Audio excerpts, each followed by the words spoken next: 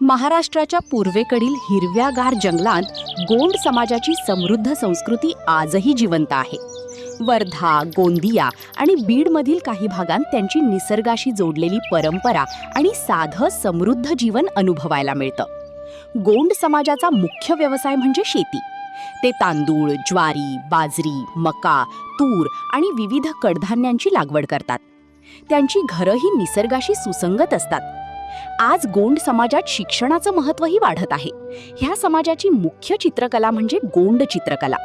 गोंड चित्रकला ही गोंड आदिवासी समाजाची पारंपरिक चित्रकला आहे आणि गोंड संस्कृतीचा उल्लेख नृत्याशिवाय पूर्णच होऊ शकत नाही. ऐकूया त्यांचाच तोंडून ह्या नृत्याबद्दल.